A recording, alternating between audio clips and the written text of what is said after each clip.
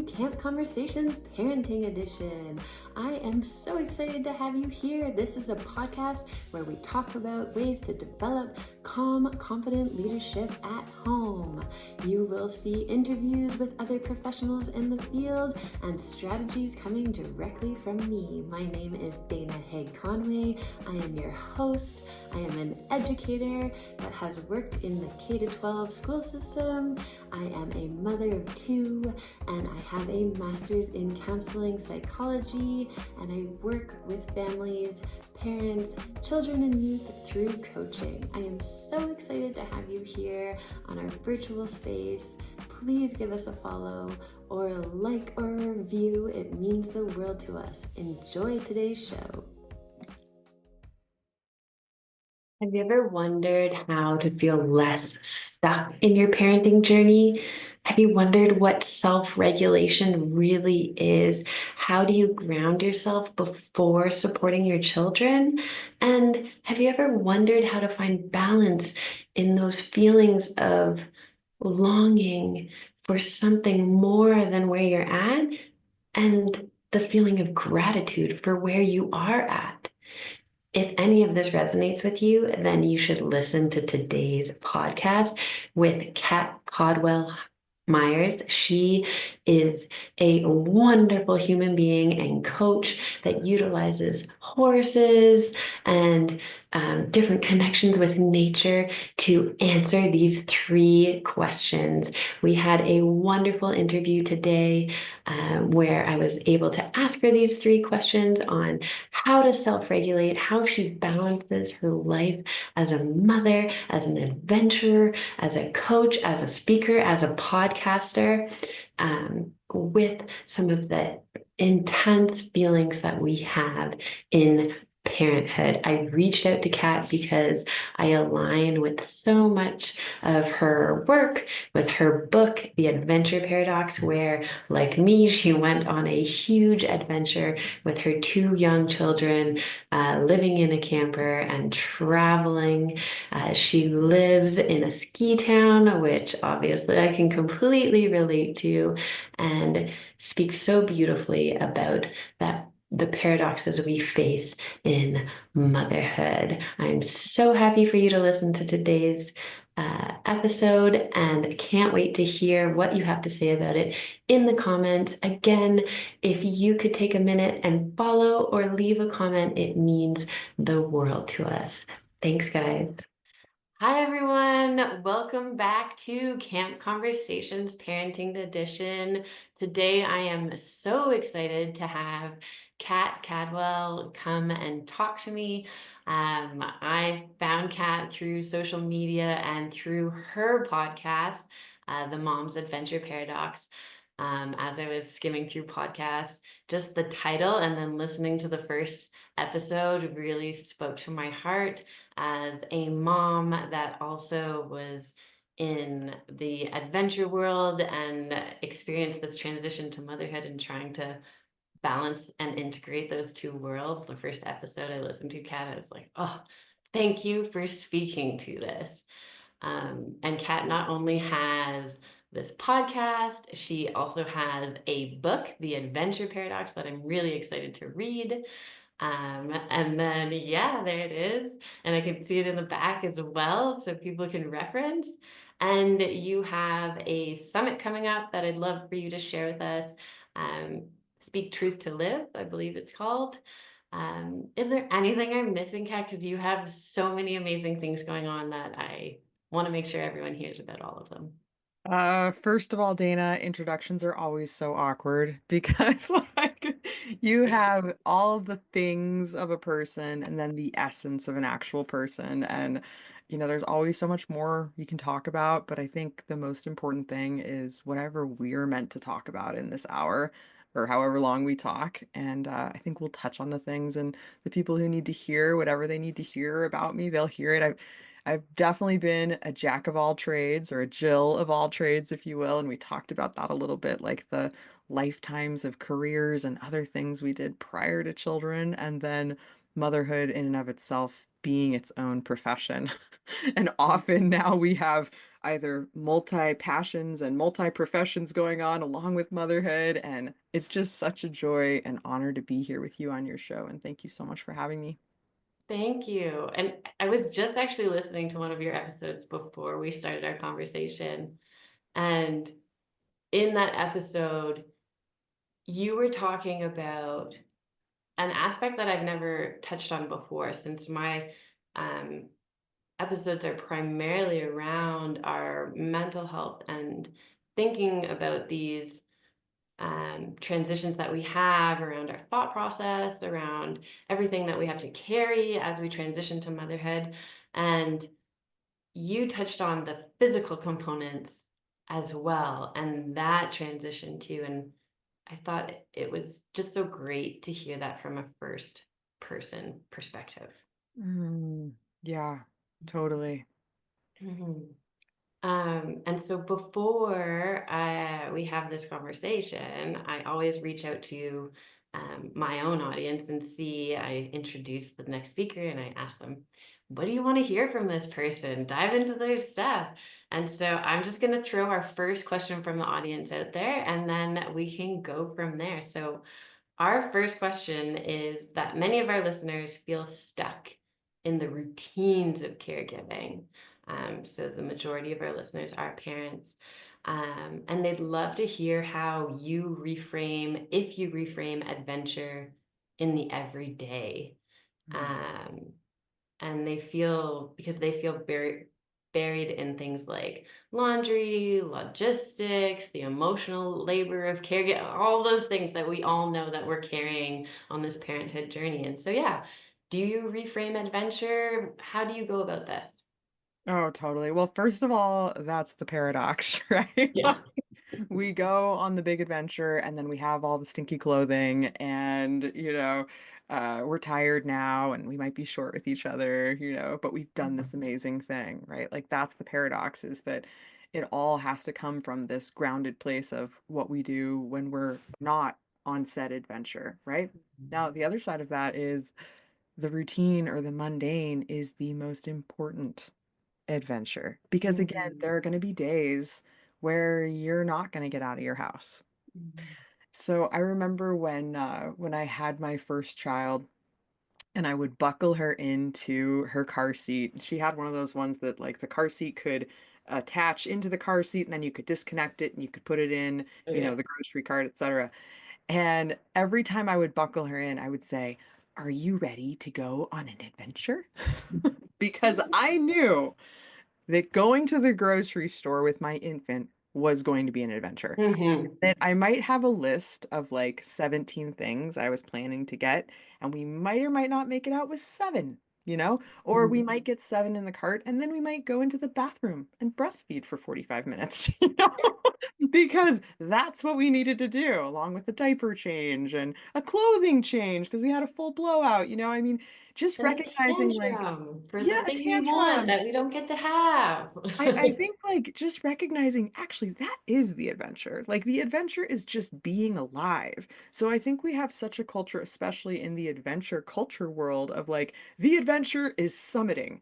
Anyone who has ever attempted a summit knows the adventure is the attempt of the summit. You might or Mhm. might not summit. Right? The Mhm. clouds might roll in early. Maybe somebody kept having to stop because they were out of breath, and you didn't make it to the spot you were hoping to make it to. Yeah. But you had an adventure, right? So Mhm. I think so often, like, we get really hung up on what is the adventure, and it's got to be out of the home, and it's got to involve gear, and it's got to involve good Mhm. weather or bad weather, or whatever these ideas we have about it. And we forget that the adventure is actually right here, right now. Like, Mhm. I feel like, all of my grandparents I actually have a photograph of one of them right here. Let's see. This is my grandma JoJo. Oh, wow. And this is her jumping a horse when she was probably 18, 19, 20 years old. Now notice, no helmet, hair flying, like Yeah. this Just is how it living was free. done, right? The freedom, right? The freedom. And grandma lived to be 92. And at the end of her life, she was really losing her mind. She was struggling with dementia. And again, the adventure was just showing up and being with her. You know, she was so cute. Mhm. She used her ski poles as walking sticks because it made her feel so like, Yeah. she didn't ski anymore, but she just getting out on a short walk to see the flowers at the end of the road is the adventure. The fact that grandma has woken up and is still breathing, even if she does not know who we are today, is Mhm. the adventure. Like the Mhm. adventure is in those simple, small connections. And I'll tell one more story with that because it's just coming through really loud and clear. And I think for people, especially with young children or at any stage of life, just this remembering of those moments. So I'm sitting in Colorado on this deck with my grandma. She was a big gardener. She Mhm. has this potted plant with these beautiful pansies. And they're Mhm. just like in full bloom, all the Mhm. colors and different, patterns. And we're talking about the flowers. And she said, "Well, dear, why don't you go ahead and pick them?" And I'm thinking, pick them? Like, you don't really pick pansies. You know what I mean? Like, they're meant to kind of Yeah, be an you outside planted it. flower in the pot. And she said, "Well, I think you should pick them. They're not going to get any better." Mhm. And I remember it was just such a moment where I realized, like, what are we actually talking about? Are we talking about the flower? Or are we talking about grandma? And like, she's not going to get any better. And this Mhm. is the moment that we get to have and share of like acknowledging these pansies that aren't meant to be picked, but they're not going to get any better than in this moment.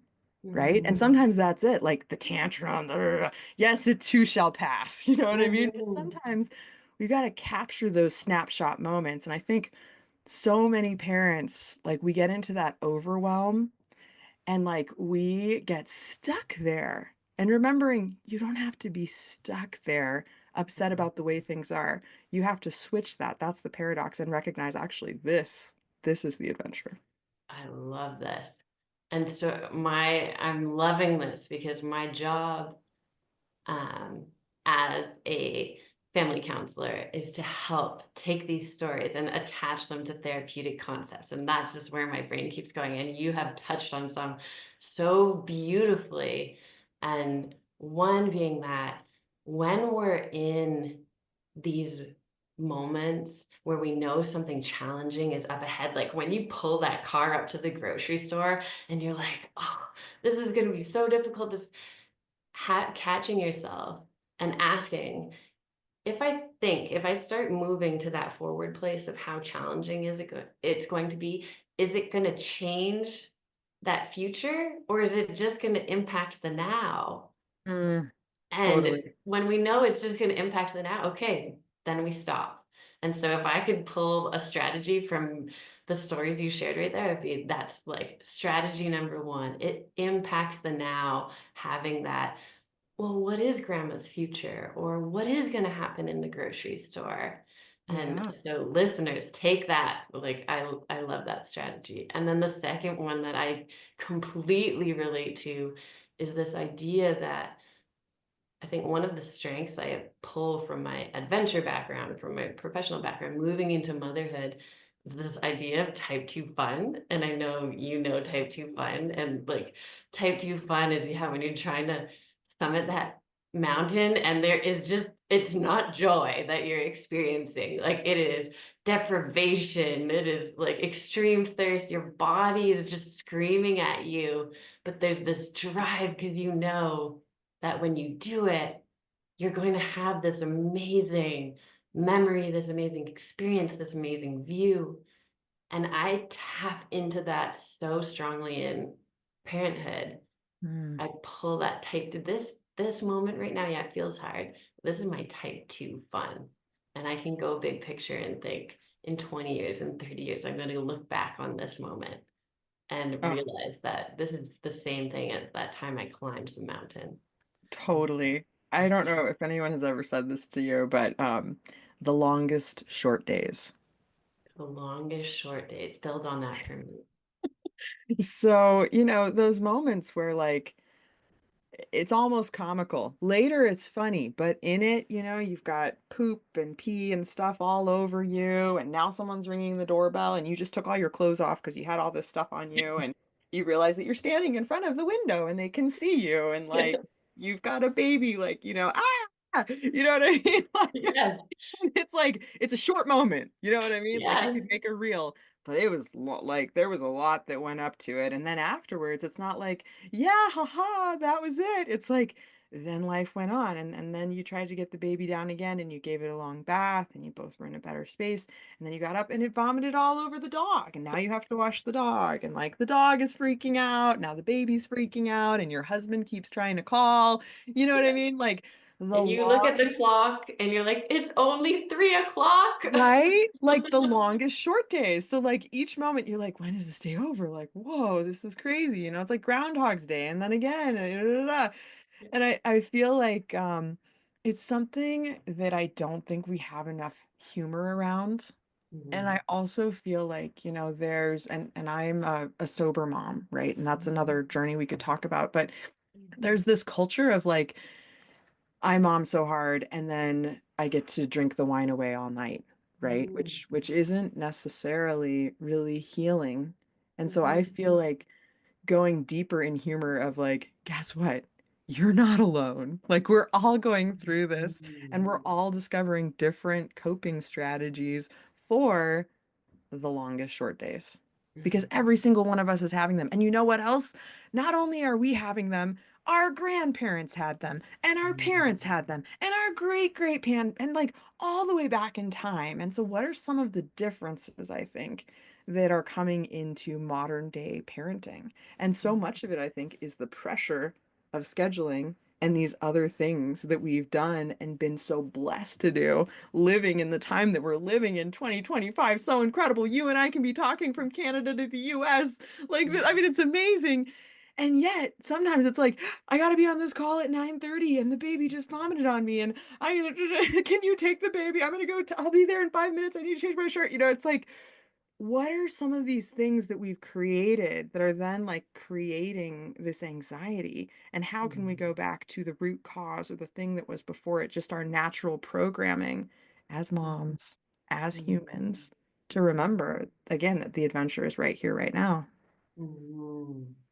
Yeah, I love that. And recognizing that sometimes we just create this almost buzz state within our internal system, and we normalize that. And we say, okay, well, running at this level of buzz is my norm. And so when Mm, we have those calm moments where, like adventure, where you find, I've heard you talk about the flow state, where you find that perfect flow state. hmm. Sometimes when we find that in parenthood, we have a harder time leaning into it because we're so used to parenthood sitting at a higher buzz. And so we're like, Yeah. well, like what more should I be doing? What do I need to add so Mm. that I'm sitting at that buzz level? And so I love how you're reflecting on that. And I think that's another great thing our listeners can take away is just having that reflection. Where is your kind of energy baseline right now? And do you want that to be your energy baseline? Oh, for sure. You're making me think of two things. One is when we were pregnant, we were living in Chicago and we decided to register at Babies R Us. When you Okay. register on Babies R Us, like you put in, pregnant, the birth date, whatever, the due date, Mhm. and then it drops down like over 1,000 items that you need. And the way that they've set it up is that you have to like subtract the ones you don't want. You don't like choose what it's like. Oh These are no. 1,000 things we've registered you for. And you start going through, you're like, what is like a crib? Like what? And then we weren't doing cribs, we did floor mattresses, you know what I mean? So I was like, all right, Yeah. erase all the crib stuff. Like, we don't need that. But it was just so fascinating. And I remember I was working with a life coach at the time, and I told her, like, this is so overwhelming. Like, what do I Hmm. actually need? Cloth diapers, blah, blah, blah, blah. And she said, do you know the only thing that baby needs? You.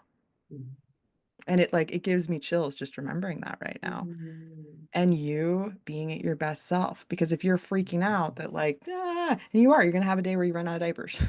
Mhm. Like you're gonna come up with something else. Again, like our grandparents did and our great grand and it's like Mhm. this is everybody poops.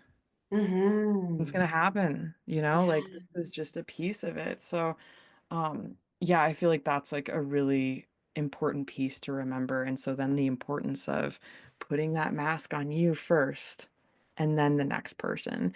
And I know you want to talk a bit about co-regulation and like nervous system regulation. I don't want to jump ahead to that, but it is what it's making me think of. Because again, like what we bring into the space, our children will mirror.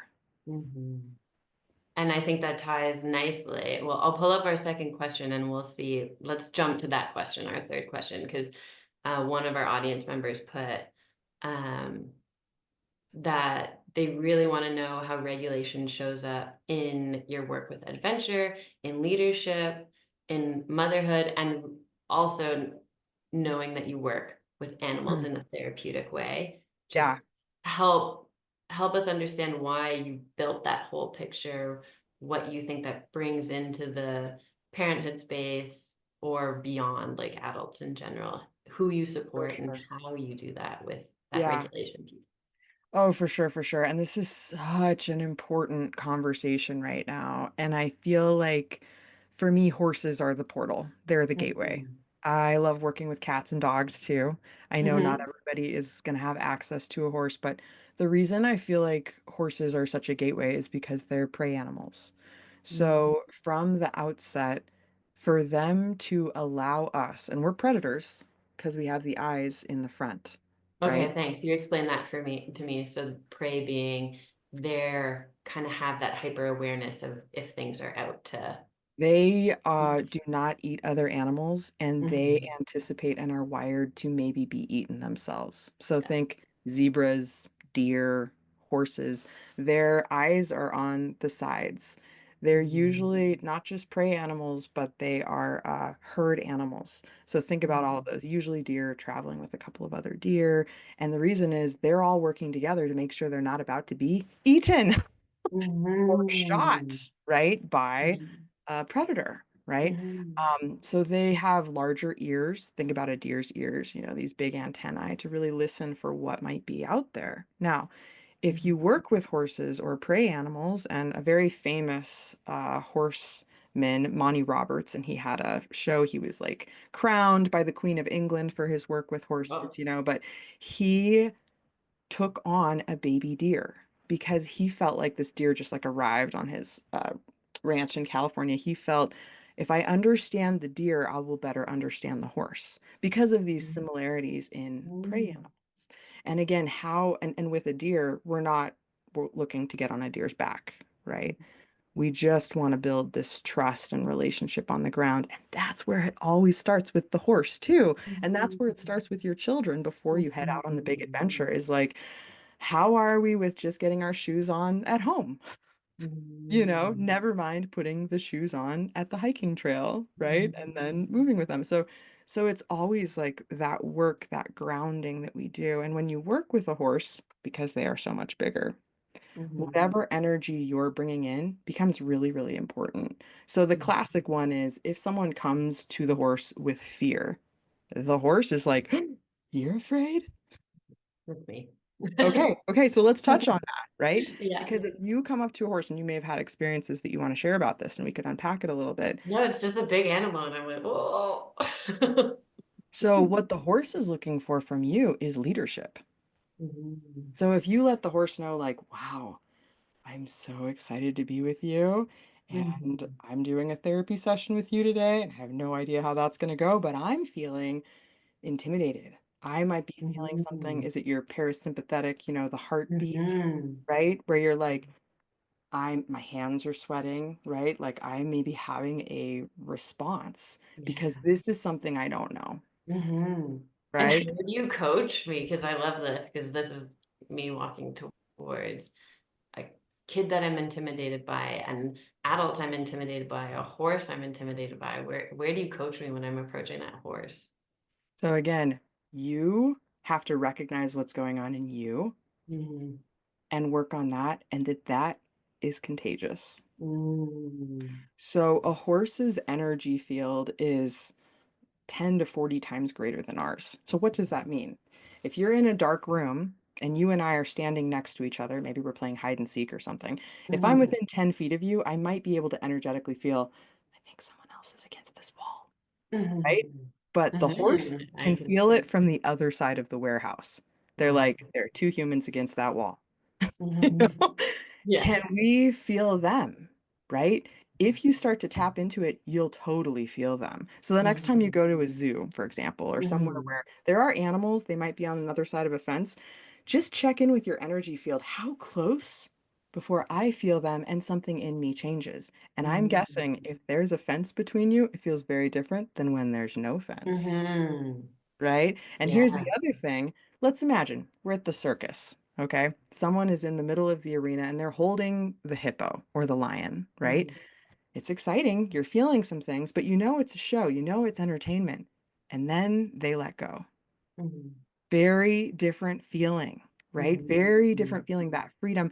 How do I work with now and protect myself from a wild animal, right? Mhm. So what's happening is we're actually co-regulating with the person who's holding the animal in the circus because we trust Mhm. them, because they're the Mhm. one putting the show on, right? But as soon as that goes away and it's on us, do we have any idea how to work through things? And like for me, and you've probably heard me talk about this, so 100 years ago, 1922 was the year when more cars were on roads than horses in most major cities around the world. London, Okay. Boston, New York, etc. What happened at that point? At that point, our ancestors went from hooking up to an animal, Mhm. having to co-regulate, energetically work with them to drive or ride anywhere, Mhm. to suddenly turning a key and having an engine take them where they wanted to go, way Mhm. farther, way faster, and with no natural energetic consequences. You just put more fuel in. Your Mhm. horse, once you've gone 60 miles, they probably need a rest day. They're going to need a Mhm. full rub down. Who's going to do that, right? You're Mhm. using your hands, you're co-regulating with them. Wow, we went on a long journey today, right? Mhm. Imagine how that changed us as a society. You're touching on something that I'm just really loving that I think we can directly transfer to this leadership in parenting or working with kids, whatever that might be. And it's that, so when I remember, I have a few friends that ride, and one of the first times I went up to a horse, I was in that like bad energy space, didn't really know, like hands kind of tucked, shoulders kind of high. And I said to my friend, like, tell me what to do. Like, where do I touch it? Where do I? Mm-hmm. And she's like, it's not about that. Like, I can't specifically tell you, pat the horse here and they'll be okay. It's about you. It's to Yeah, take your out breath, calm yourself down.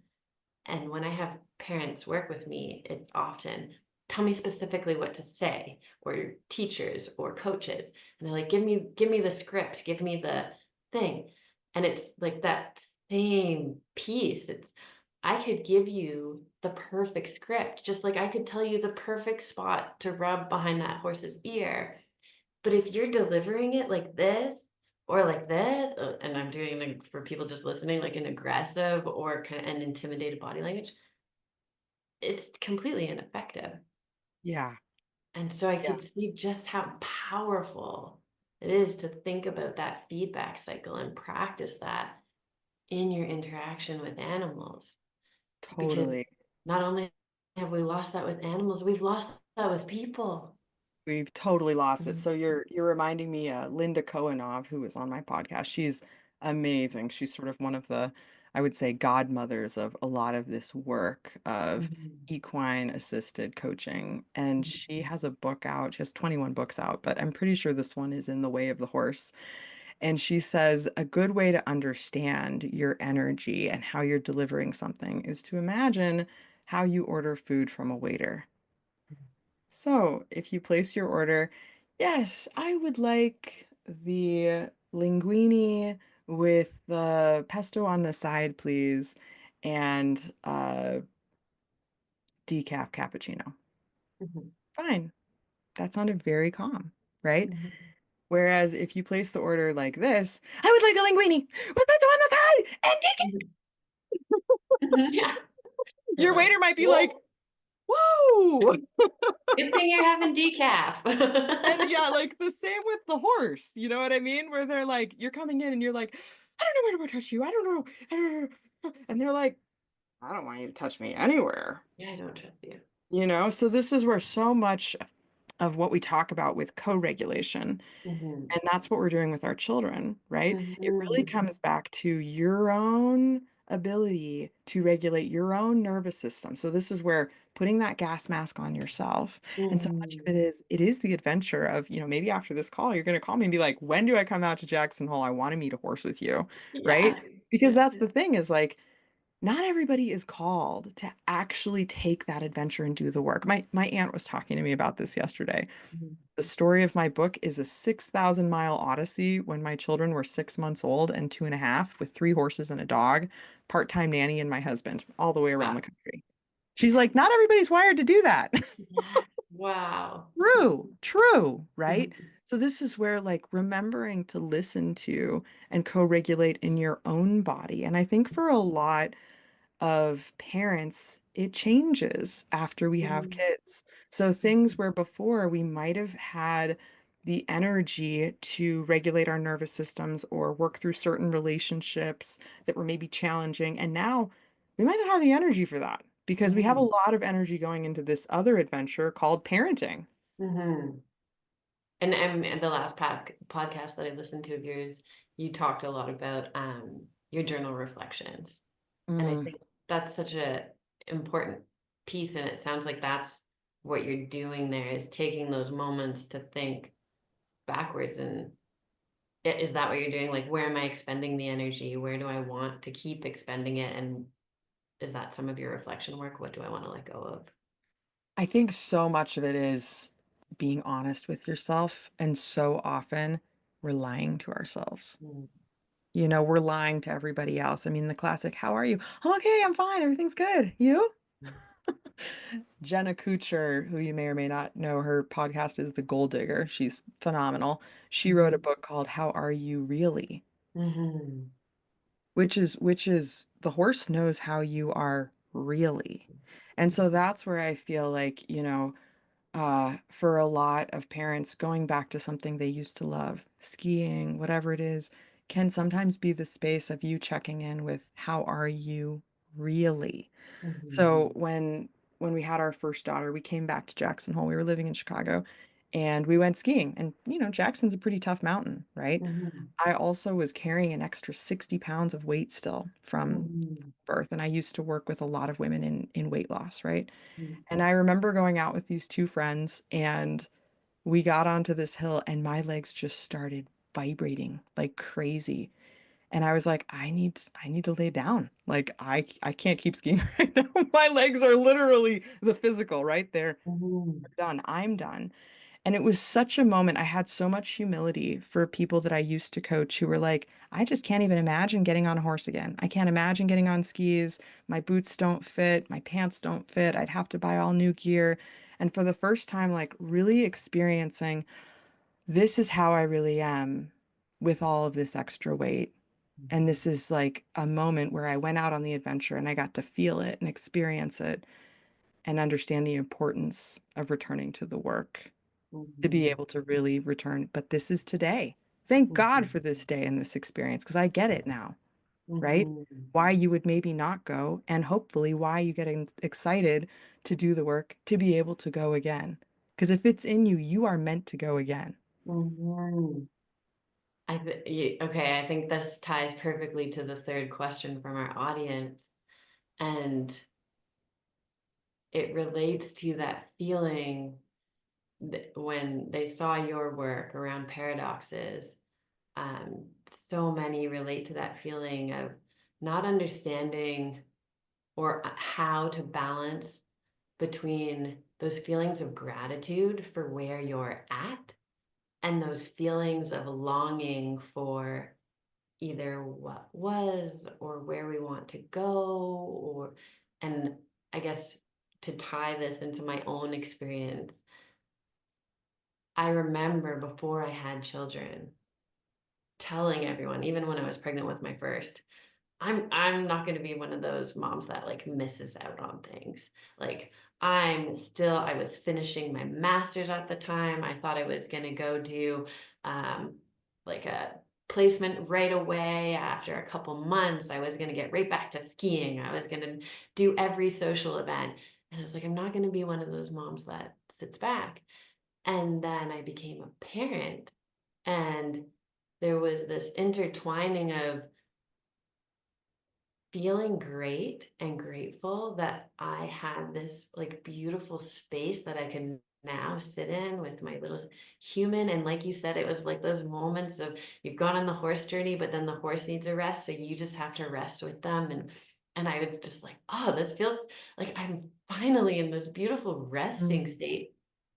And then there was this grief around both having the longing to do more and return back, but then also grief around not having the longing at the same level. Like it was just, that was such a mental journey for me. And so, yeah, I would love to hear your views on this, of this gratitude and longing and how they interplay in your motherhood Mm. journey. Can I swear? Yes. Because as you were just describing it, I was like, you mean it was like a total mind fuck, Yes, right? exactly. That's You're just exactly like, what's happening? Um, yeah, my midwives. So I had two home births, and it. my midwives said the first week you don't leave your bed Mhm, or bedroom. You know, mhm, the first couple days someone walks you back and forth to the toilet, right? mhm, The second week, you don't leave your house. You might be able to walk to the kitchen now, but you're not cooking the meal. You know, you're mhm, just getting your food, someone else. And then the third week, you don't leave your garden. mhm, And the fourth week, you don't leave your village, mhm, right?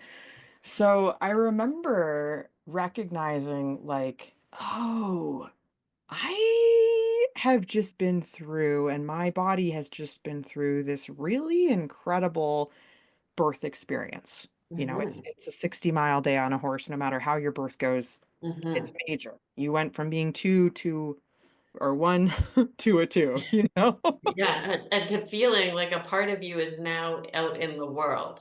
Totally, totally. And so a lot of people refer to it as the fourth trimester, right? Mhm, Those first 3 months outside. And I think for me, like having that perspective on motherhood and on like that journey, having that space and having someone really share with me, like, this is a way to think about this. And this is how, for millennia, we've been assisting women having children in their homes. Think about mhm, it like this, right? So I think that was really helpful for me. And something that you touched on is this idea of space.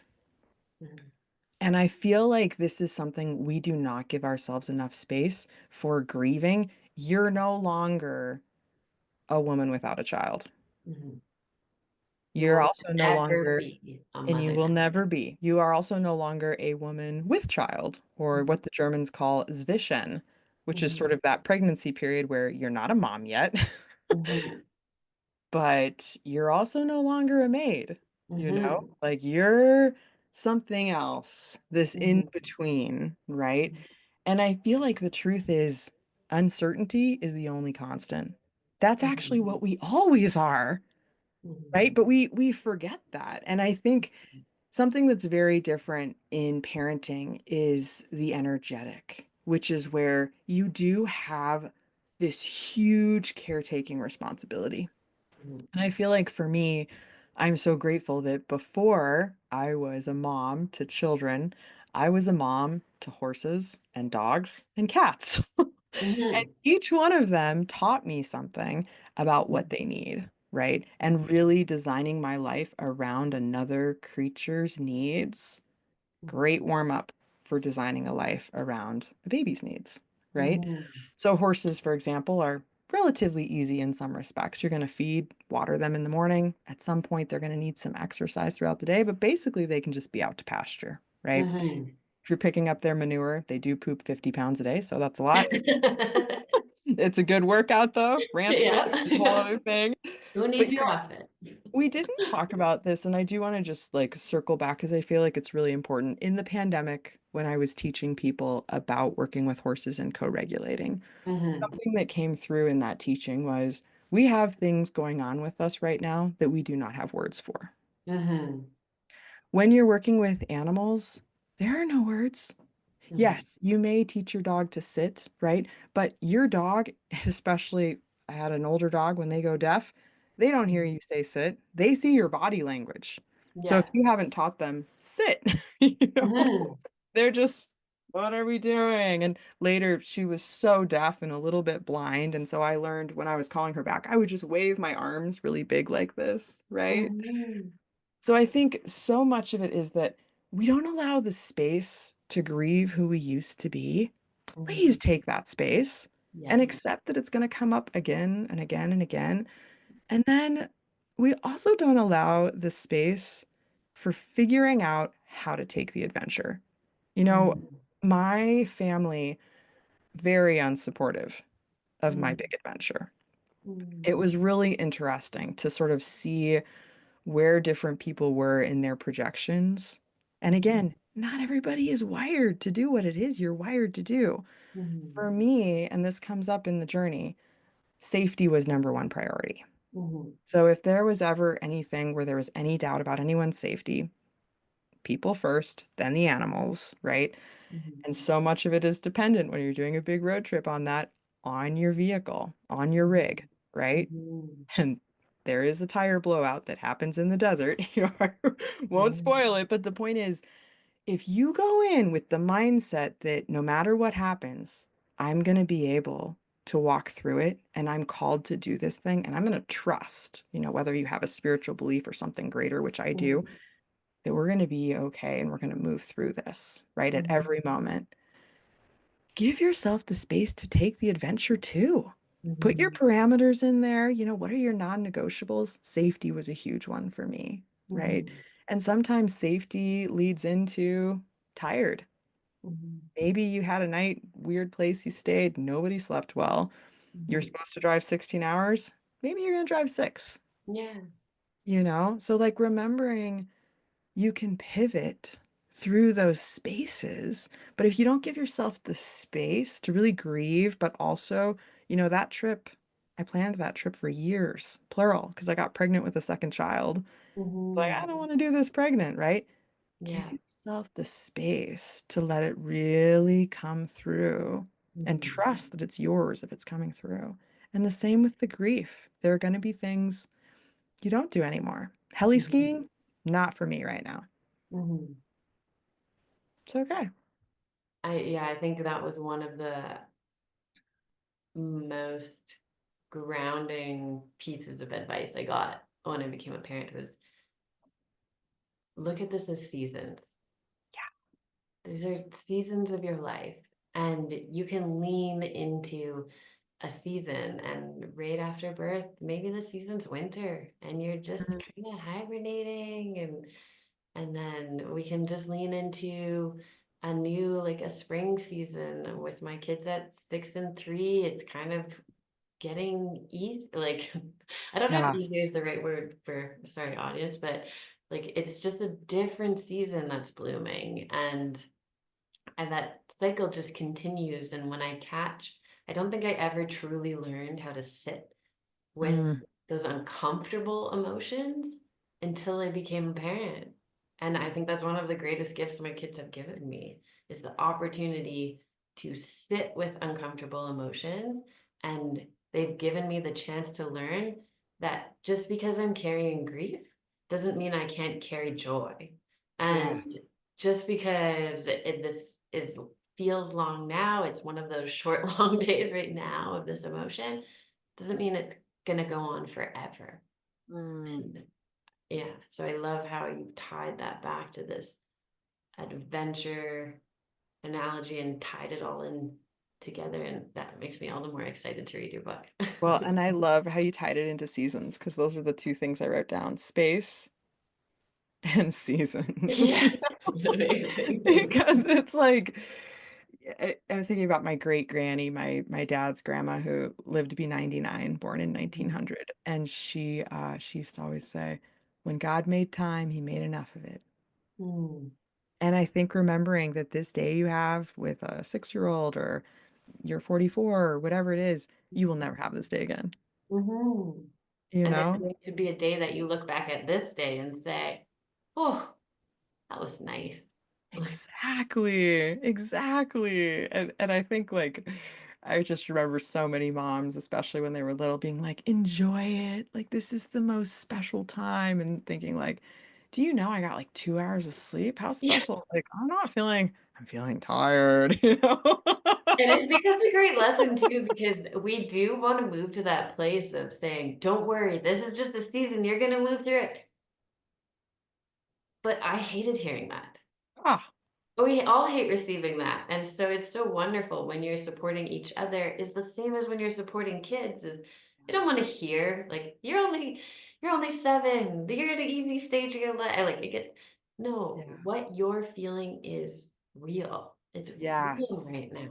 And I can be with you through it. And that's where you saying like that village, that fourth Yeah. we need to be with your village. And I think that's just such an important message for every parent to hear. So important. I think like, you were talking about letting those feelings be valid and real. And it's taking me into the experience of being on a horse who spooks. And when we say spook, maybe they see the cougar or they think it's a cougar. It's really just a grocery bag blowing on the wind, attached to a bush. But it does look freaky, right? And so what happens when you're on a horse is you can feel their heartbeat through their body, through your Mm, body, mhm, through the saddle. You can feel it. And you can also see with their energy exactly where they're focused. They're looking at that thing, right? And so the co-regulation there is it's okay. I understand you're scared. It's okay. mhm. I see the bag too. I know you think it's a cougar.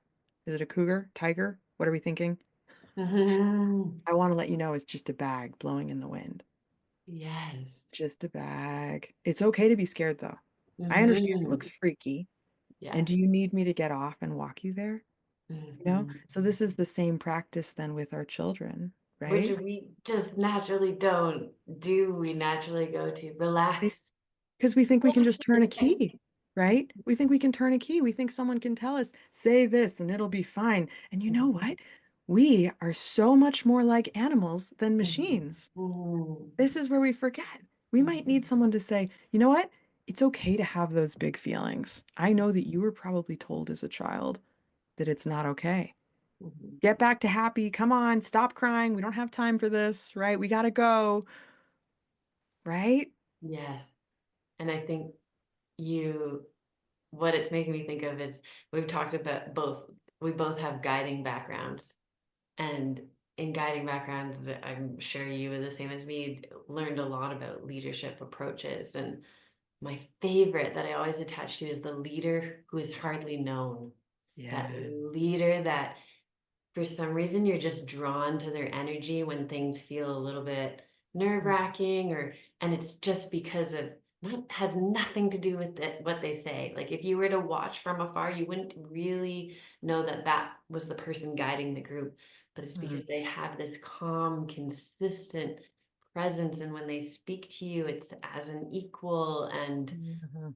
and I hear you saying that about the horses and how that transfers to parenting. And I love that interconnection. Yeah, totally. Mhm. Totally. Yeah. Yeah. I love this conversation and I really don't want to wrap it up, but out of respect for our audience that like shorter podcasts, I will start to wrap it up. I would love to do a closing as you sharing, um, anything more about your work that we've missed, how people can get in contact with you when they hear you talking about horses and therapeutic approaches with horses and yeah, just where they can find you, Totally. You can always find me at my website, theadventureparadox.com. which we will link to this podcast. Thank you. You can find me on social media, also under the Adventure Paradox or Cat Caldwell Myers. So that's CatCaldwellMyers. Myers. Lots of different ways to spell those different names, so spell it out for you. And yeah, you can send me a DM. The work that I'm doing right now is really serving people in growing and developing their own podcasts and Mhm. their own voice. And I also work with people coaching. If you feel called, for example, to own a horse or want to know more about working with animals, I do coaching in that capacity too in the virtual plane. So much of the work of being called to work with animals takes place in the physical. And so Mhm. this is where if you want to do a VIP day and come out to Jackson Hole to hone in on finding your voice by working with animals in the beautiful space that we have here, I would love Mhm. to hear from you. And I also lead families and partner with different Amazing. food ranches and so on. So if you've got a group, then you want to come out and go deeper in some of this work, I would love to meet you there. Amazing. And your book, the adventure that you're touching on, the adventure Mhm. paradox, where can people find that? Amazon, also on my website. Yeah, Amazing. it's the adventure paradox, how to haul it all, go big and go home in your relationships.